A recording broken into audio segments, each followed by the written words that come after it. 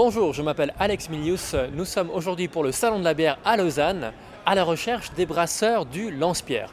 Dans cette rue, sans beaucoup d'indications, on va essayer de les trouver. Il paraît que c'est derrière cette porte.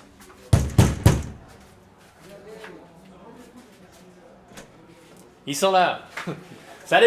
Salut Alex. Simon. Salut, bienvenue. Salut. Clément. Merci de nous accueillir. Avec plaisir. Alors, Ça se passe ici. vous nous emmenez où ici? C'était une ancienne boucherie.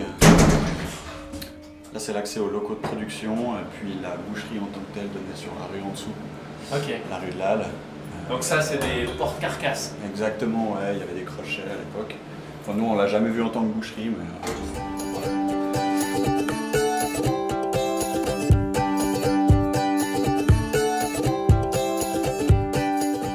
Pourquoi est-ce que vous avez choisi cet endroit pour votre brasserie? C'est d'autres gens dans le monde de la bière qui avaient eu vent de ce local et qui nous ont qui cherchaient du monde parce qu'ils ne voulaient pas brasser juste eux-mêmes dedans et ils ont cherché d'autres colocs, ce qui fait qu'on s'est retrouvé à être une coloc à 4 brasseries en temps et puis maintenant plus que 2. Ouais. Donc ouais, ça évolue. Et quel est l'avantage d'être dans une ancienne boucherie pour brasser?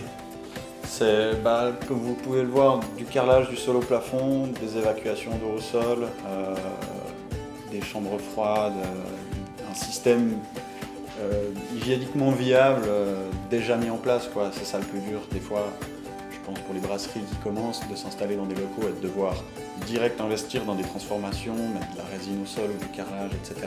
C'est beaucoup d'argent. Là, c'était pas une brasserie clé en main, mais pas loin, quoi.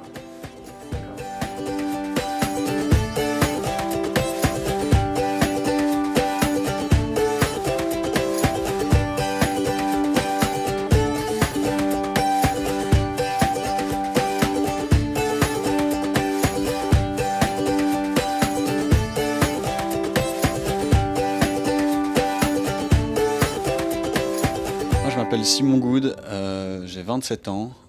Je pense que comme beaucoup de brasseurs, de brasseries artisanales suisses en ce moment, je ne suis pas brasseur à la base. Je suis ébéniste et j'ai été coursier à vélo pendant longtemps. Ouais, alors je m'appelle Clément, j'ai 28 ans maintenant. J'ai fait des études d'ingénieur et moi non plus évidemment, j'ai pas fait d'études brassicole ou quoi que ce soit, mais Il y a un troisième larron qui n'est pas là aujourd'hui, c'est qui? c'est le troisième de l'équipe. L'équipe est beaucoup plus vieille que la brasserie, mais il s'appelle Max. Et en ce moment, il est à Londres, il bosse pour une brasserie londonienne où il apprend, il fait un peu ses armes. Au début, ça commençait par un petit stage et à force, là, il est devenu assistant brasseur. Enfin, ça se passe assez bien, quoi. Donc il apprend aussi beaucoup. Depuis quand la brasserie du Lance-Pierre existe? Officiellement en 2014, mais alors depuis en tout cas 2-3 ans avant ça, après voilà, c'est un peu comme tout le monde, tu commences dans ta cuisine avec la grosse casserole, la plus grosse casserole que tu peux trouver chez ta grand-maman, le petit kit, et puis après tu essayes du haut grain, tu remplis le compost de vieux grain, tu passes à la cave, au brûleur à gaz, tout ça. Donc en gros, je dirais ouais, bien 6 ans. Vous avez fait pas mal de tests, pas mal d'expériences ici au Lance-Pierre. Quelle est la bière la plus loufoque que vous ayez brassée jusqu'à maintenant? Et qu'est-ce que vous avez comme envie pour aller vraiment dans le bizarre, dans l'étrange, dans les expérimentations?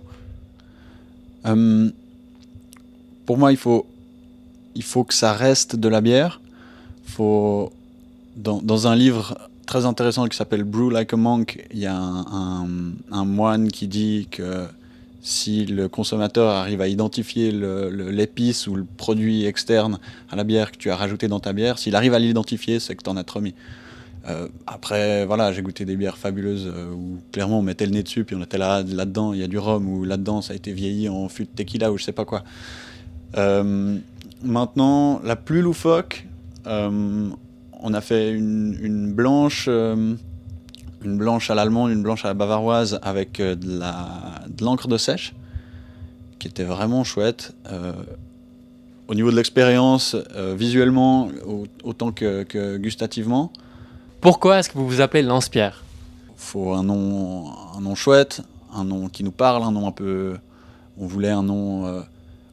Ouais, comme tu dis, on a trouvé les raisons après, mais assez vite, on a toujours joué dans la forêt quand on était gamin, on a grandi dans le même quartier ensemble, on fabriquait des arcs, des flèches, des lance-pierres, etc., des cabanes.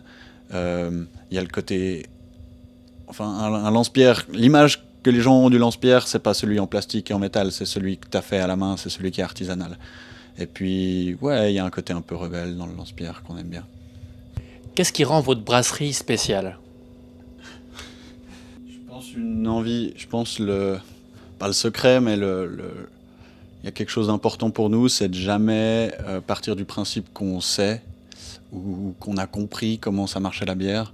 Il faut toujours considérer qu'on a des choses à apprendre sur chaque bière, sur chaque style, sur chaque brassin.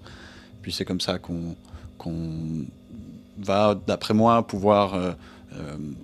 je dis on, c'est les brasseries en général, les brasseries artisanales en général, pouvoir rester sur la lancée sur laquelle on est maintenant, quoi. Merci beaucoup Clément et Simon de nous avoir accueillis à la brasserie des Lance-Pierre. Avec plaisir. Vous pouvez retrouver la brasserie du Lance-Pierre sur Facebook, Instagram et leur site internet, mais principalement sur leur Facebook. Recherchez simplement Brasserie Lance-Pierre. À la prochaine, merci beaucoup, ciao.